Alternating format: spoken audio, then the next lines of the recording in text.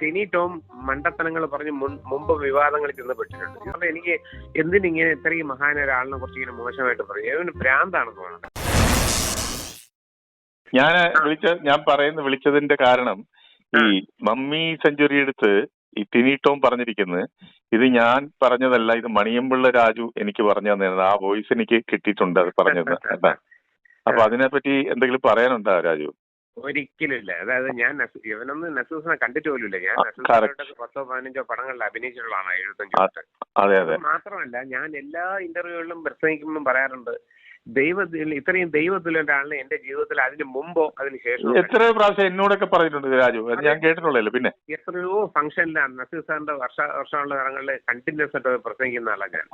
ഈ ടിനി ടോം മണ്ടത്തനങ്ങൾ പറഞ്ഞ് മുമ്പ് വിവാദങ്ങളിൽ ചെന്നപ്പെട്ടിട്ടുണ്ട്. ഇത് ശരിക്കും പറഞ്ഞാൽ എനിക്ക് എന്തിനിങ്ങനെ ഇത്രയും മഹാന ഒരാളിനെ കുറിച്ച് ഇങ്ങനെ മോശമായിട്ട് പറയും? ഏവന് ഭ്രാന്താണെന്ന് തോന്നുന്നത് അറിയാട്ടെ. അതന്നെ എന്താണ് പുള്ളി പറയുന്നത്? ഈ നരേന്ദ്രമോദിയെ പറയാമെങ്കിലാണ് പിന്നെ എനിക്ക് പ്രേം നസീർ എന്നുള്ള രീതിയിലാണ് നിൽക്കുന്നതെന്നാണ് മരിച്ചുപോയ ഒരാളാണ് ഇത്രയും ദൈവത്തിൽ. പിന്നെ അത് എത്രയോ എങ്ങനെ പറ്റിയൊക്കെ പറയാം. എങ്ങനെ പബ്ലിക് പ്ലാറ്റ്ഫോമിൽ നിന്നിട്ട് ഇങ്ങനെ ഒരു വലിയൊരു മനുഷ്യനെ കുറിച്ച് പറയാൻ പറ്റുന്നെന്നാണ് ഞാൻ ആലോചിക്കുന്നത്. നസീർ സാറിന്റെ റെക്കോർഡാണ് ഏറ്റവും കൂടുതൽ സിനിമ അഭിനയിച്ചത്, ഏറ്റവും കൂടുതൽ നായികമാരെ. അതെ ഞാൻ എന്നോട് ഇത് പറഞ്ഞിട്ട് ഞാൻ വിശ്വസിച്ചില്ല. മണിയമ്പിള്ള രാജു ഒരിക്കലും അങ്ങനെ പറയുന്നില്ല എന്ന് എനിക്കറിയാം. കാരണം നിങ്ങൾ ആരെ പറ്റിയും അങ്ങനെ പറയുന്നത് ഞാൻ കേട്ടിട്ടില്ല. പ്രത്യേകിച്ച് നസീർ സാറിന്റെ നിങ്ങൾ വലിയൊരു ഫാനാണെന്ന് എനിക്കറിയാം. നസീർ സാറിനെ കുറിച്ച് ഒട്ടും പറയാൻ പറ്റില്ല, ഒരിക്കലും പറയത്തില്ല. ദൈവതുല്യനാണ്.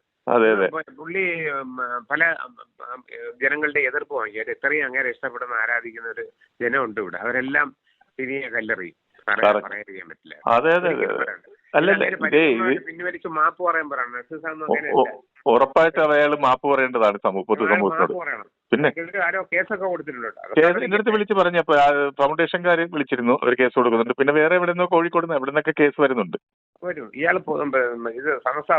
പക്ഷെ അതുകൊണ്ട് രാജുവിന്റെ തലയിൽ വെക്കാനുള്ള ശ്രമമാണെന്നാണ് എനിക്ക് തോന്നുന്നത് കേട്ടോ. അതെല്ലാവർക്കും അറിയാം. അതെ, ഞാൻ വിശ്വസിക്കില്ല. പക്ഷെ അത് രാജു എത്രയോ റൈറ്റപ്പ് അതുമല്ല അങ്ങനെ ഒരു സംഭവം ഇല്ലല്ലോ. ഉണ്ടെന്ന് പറഞ്ഞാൽ നമുക്കറിയാം, ഇങ്ങനെ പറഞ്ഞെന്ന് പറയാം. ഇത് അങ്ങനെ ഇല്ലാത്ത ഒരു കാര്യം ഒരിക്കലും നസീർ സാറിനെ പോലെ ഒരാളെ പറ്റി പറയും ആരെങ്കിലും, അല്ലേ?